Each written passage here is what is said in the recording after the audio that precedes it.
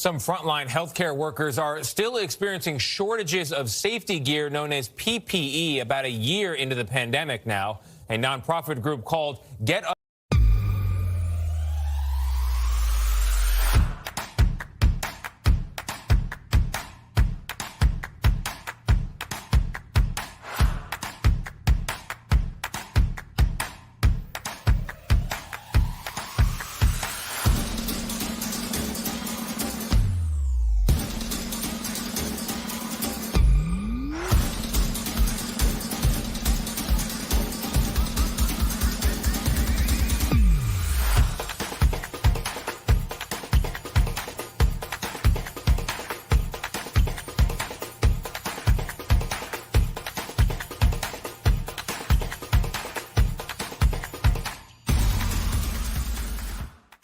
PPE says requests from healthcare workers seeking help to get the equipment rose 260% between November and December. One doctor is telling us about frustrations at her former hospital in Michigan when she tried to make sure staff were safe.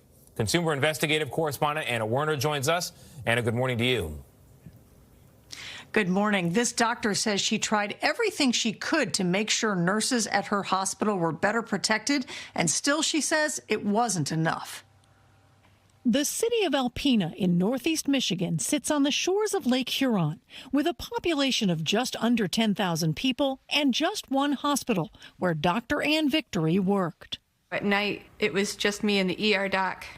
And anything that happened in the hospital, I had to take care of, and I really liked that challenge. In April, her hospital's president was asked about preparations for the coming pandemic, and he told a local TV station, "We have enough supplies to manage an influx of patients." But that's not what Dr. Victory says her review as part of the hospital's medical executive committee found. What I saw when I actually went to the medical floors was that we weren't using the right precautions. The staff wasn't safe, and therefore the patients weren't safe. Then in mid-November, she says, the crisis she was worrying about hit. The ICU was full, the medical floors were full, and the COVID unit was full of COVID patients. And she says nurses were being told to reuse critical N95 masks. By the time the hospital decided the mask was worn out, it had been worn way more than was recommended, and it wasn't working. We were wearing the same mask over and over and over again. And this hospital worker, whose identity is concealed because they fear getting fired, says staff were even afraid to ask for new masks. You don't ask for a new one because you don't want to get in trouble. People were getting sick more and more. We weren't testing the staff, and they were coming down with COVID and getting sick. And they were scared to go back to take care of more COVID patients. Around Thanksgiving, Dr. Victory became so concerned, she says, she decided to use her own money to purchase 7 government-approved respirators called PAPRs, one for herself, the others to give to the nurses. So I took all of the money that I had. I spent about $7,000 and bought 7 PAPRs, and I took them into the hospital without the documentation. And the hospital told us not to use them. She says managers then took them away and locked them up. It was actually taking the protective equipment away from people who wanted it. We wanted to know why, but Mid-Michigan Health declined our request for an interview, instead saying in a statement that the safety of all our frontline workers, employees, volunteers, and patients has been and will always remain a top priority. And they said they've followed PPE standards. We asked Dr. Shika Gupta about that situation. Sadly, that's not a surprising story to me at this point in the pandemic. Dr. Gupta heads the group Get Us PPE, which helps get medical gear for workers. Her group's survey of frontline workers found that nearly 90% said they are repeatedly reusing masks recommended to be used just once. Like this hospital staff member in Ohio, who asked not to be identified for fear of losing her job.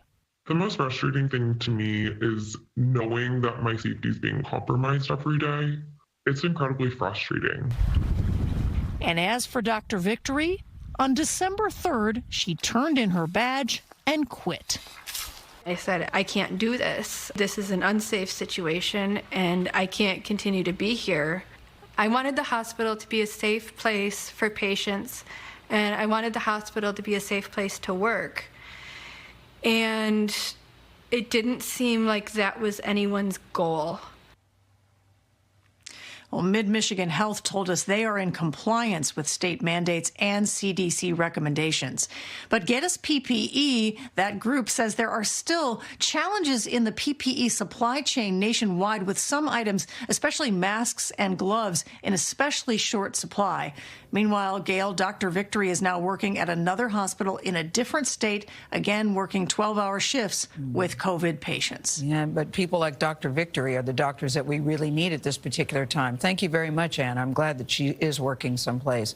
You know it's a bad sign when a hospital worker has to distort their voice and disguise their face to tell the truth. Two of them about this. Yeah, and when a doctor has to go into their own pocket to buy equipment they think their colleagues need. $7,000 into their own pocket. It's really distressing when hospitals, which should know about safety precautions, aren't following them.